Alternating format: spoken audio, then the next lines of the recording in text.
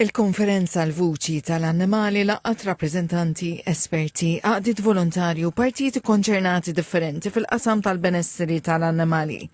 Lan huwa li tkompli tissaħħa l-koordinazzjoni, dialogu u l-azzjoni konkreta f'dan is-settur.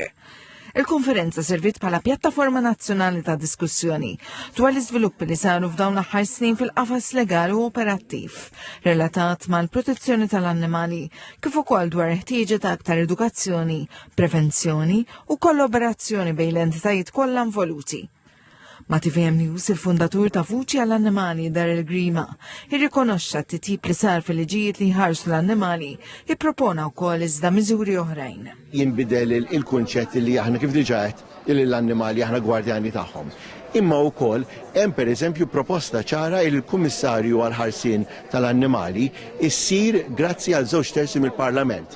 Issir fuq il-livell tal-Ombudsman u bekk ikollha il-poter ikollha is-safeguards kollu bħal kif għandu l-Ombudsman. Il-Ministru għad-Drittijiet tal-Annimali Anton Refalo ħabbar li ser ikun introdott dal-waqt servizz ta' trasport b'xejn ta' emerġenza minn Għawdex għal Malta.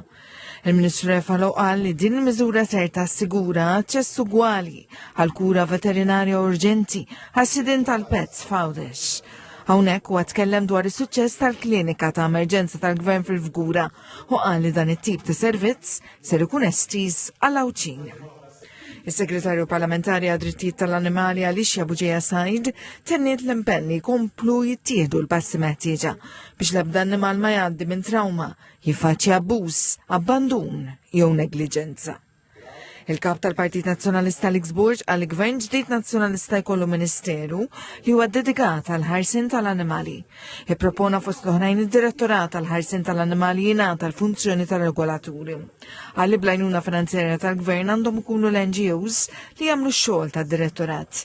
Irrakkomanda wkoll li l-Uffiċċju tal-Kummissarju għall-ħarsin tal-annimali għandu jkun awtonomu b'setat investigattivi ikbar. Tkellmet ukoll fil-konferenza li Diabela li fid-diskors qalet li l-ħarsin tal-annimali minn dejjem kien priorità f'ħajjitha. Argumentat li l-pajjiż mal pass il quddiem fil-ħarsin tad-drittijiet tal-annimali. Irrikonoxxiet iżda li fadal xi jsir biex mod kollettiv timbena kultura ta' rispett, kura u protezzjoni dejjem iżjed b'saħħitha għall-annimali.